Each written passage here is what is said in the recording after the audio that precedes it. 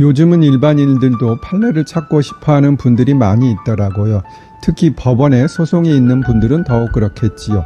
제일 편하게 판례를 찾을 수 있는 곳은 대법원 종합법률정보입니다. 네이버 등 포털에서 대법원 종합법률정보로 검색하시면 됩니다. 여기에서는 대법원 판결, 하급심 판결도 검색이 가능하고요. 그뿐만 아니라 법령이나 조약, 문헌, 규칙, 예규, 선례도 검색이 가능해요. 물론 더욱 체계적으로 하급심 판결을 볼 수 있는 유료 사이트도 없지 않으나 일반인들이라면 여기서 상당히 많은 자료를 볼 수 있을 것 같습니다. 저도 판례, 법령, 문헌 등이 있는 것은 알았으나 조약, 규칙, 예규, 선례 등이 있는 것은 이번에 처음 알게 되었어요. 항소 취하에 상대방의 동의가 필요할까요? 정답은 노입니다. 상대방의 동의가 필요 없이 언제든지 자기가 원할 때 항소인은 항소를 취하할 수 있는 것입니다. 이는 민사나 형사나 마찬가지고요. 소취하의 경우에 상대방이 동의 또는 부동의를 선택할 수 있는 것과 다른 것입니다.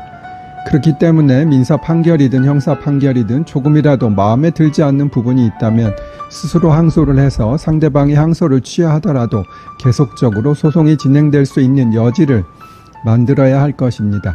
그런데 만약 항소가 아닌 부대항소를 했다면 상대방이 항소를 취하하면 부대항소를 유지하고 싶어도 유지할 수 없다는 점도 알아두시면 좋겠습니다. 가끔 구치소에 수감되어 있는 분들 접견해보면 검사의 부대항소라는 표현을 하시는 거 볼 수 있습니다.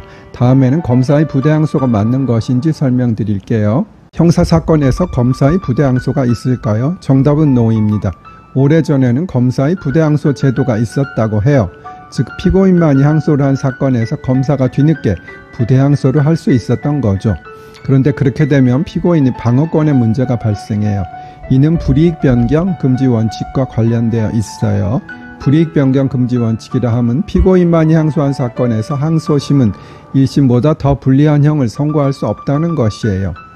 그런데 만약 이 경우 검사의 부대항소를 허용한다면 결국은 검사의 항소가 있는 것과 같아 1심보다 피고인에게 불리한 형이 선고될 수가 있는 것이지요. 그래서 지금은 검사든 피고인이든 부대항소를 할 수 없는 것이고 부대항소는 민사소송에서만 인정되는 것이에요.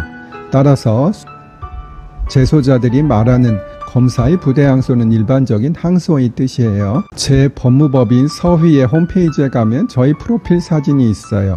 한 4년 전에 찍은 것인데 늙어 보여서 영 마음에 들지 않았어요.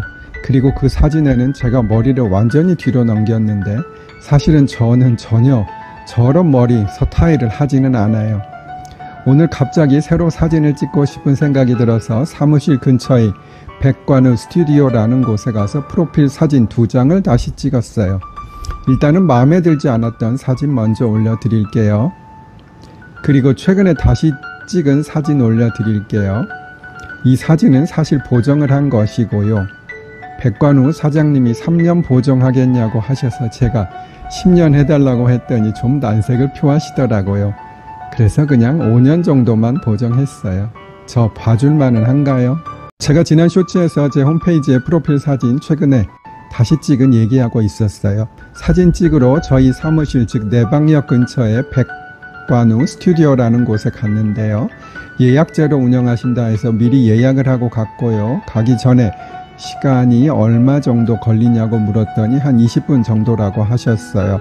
그런데 제가 표정을 잘 못 잡고 눈을 자꾸 감아서 그런지 사진 촬영도 생각보다 오래 했고 사진 선택과 보정하는 데도 시간이 꽤 걸린 것 같아요.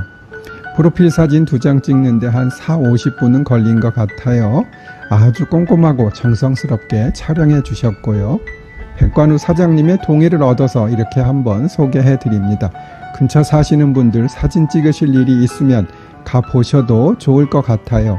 가격도 합리적인 것 같았고요. 미국 사진작가협회에서 입상도 하시고 실력도 좋으신 것 같아요.